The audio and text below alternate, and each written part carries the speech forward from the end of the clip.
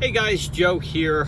In this video, I want to talk about the most underutilized way to get new customers or existing customers back into your door, and that's email marketing.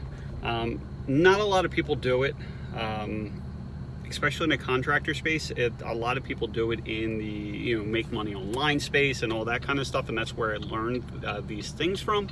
But it's literally the cheapest, the fastest, the most consistent way to get new customers in the door, or if you have a repeat business of some sort, to get them to keep coming in the door.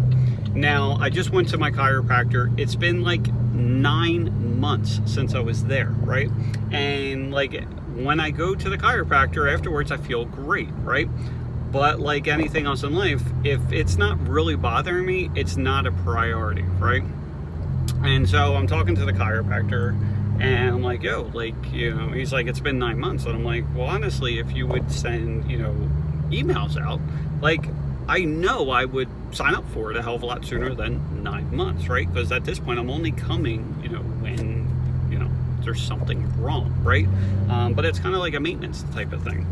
And so I said, look, what we would do, and I did it for the supply company and, things like that, is, majority of the business came, from this email marketing. And like I get told on like a weekly basis or every, week or two that, typically I hate, these unsolicited emails and blah, blah, blah. But like, obviously it worked because like I'm here, right?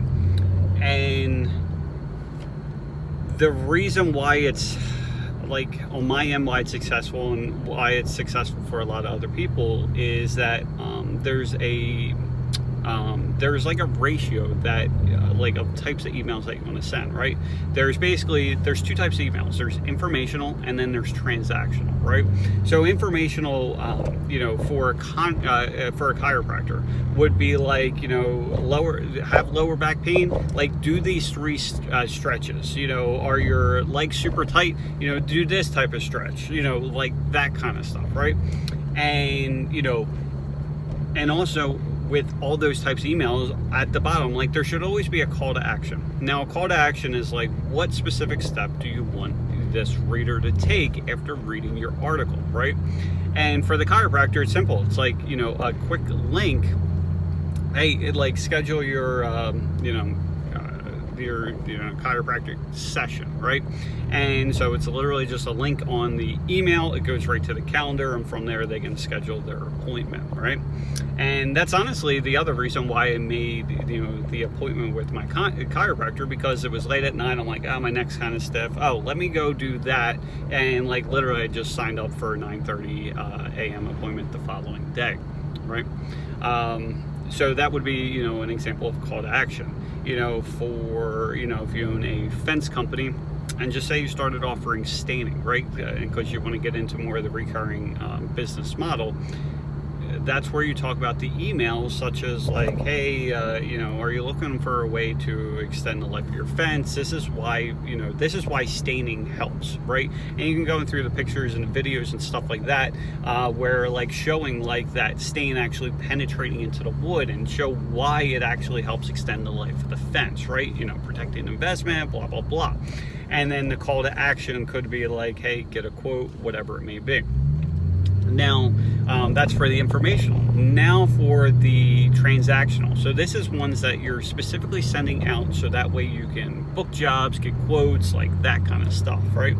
And so again, going to the chiropractor, that could be looking at a schedule and it's like, hey, I got these 3 appointments open. That could be like, hey, I have tomorrow available at 9:30, 11, and 12. Which one would you like? Like something like that. And then it's just a quick email. It's like, hey, like I said, I have these 3 appointments. Click on the link, get scheduled before someone else does, right? Now for the fence staining, it could be the same. Oh my God, that turned into more storage. Storage areas, like obviously it's profitable. But anyway, so for fence staining, it's like, hey, I only have 2 more appointments available next month. Maybe for the winter time, it's like, hey, book your fence stain before, February 2nd and get X amount off or whatever it happens to be. And the thing is, you want to be consistent with this, right? But the really nice part about email marketing is you can set it up once and then you're done. Right? So every time you add someone into your email list, you can have it set up so that way, you know, for the first like 3 days, they get an email each day, and then it's every 2 days, 3 days, whatever happens to be. So you could go and spend time and write 10 to 15 emails, right? And then you're pretty much done. The other thing I used to do is, instead of writing 10 to 15 emails, I would write like 1 or 2 emails, and then that way, you know, if they were getting an email every 2 days and I wrote 2 emails, well, now I have 4 days to get the next set of emails done, right? So then I just, every 2 days, I write another email. Like, that's all you have to do. If you're interested in something like this and how to set it up and all that kind of stuff, I can certainly show you guys how to do it. It's very simple to do. It's not expensive. It's the cheapest marketing strategy you can possibly use, and it's the most effective. Because like what's also happening is because you're constantly communicating with the customer, and like the way I do my mindset, right? Which is a lot of times your mindset's more important than like the things that you're doing and stuff like that. Is with the mindset is I want people to feel that I'm providing so much value to them that they feel bad for not ordering from me. Like, that's it, right?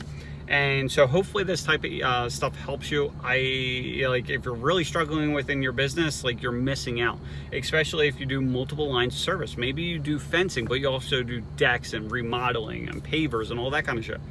Start emailing about it. Like, they already used you once. They already know, like, and trust you, but they may not know you do pavers. They may not know that you do decks. They may forget about you because it's been 2 or 3 years. I got this guy that's been following up with me for the last 1.5 years. At some point, I'm probably going to use him.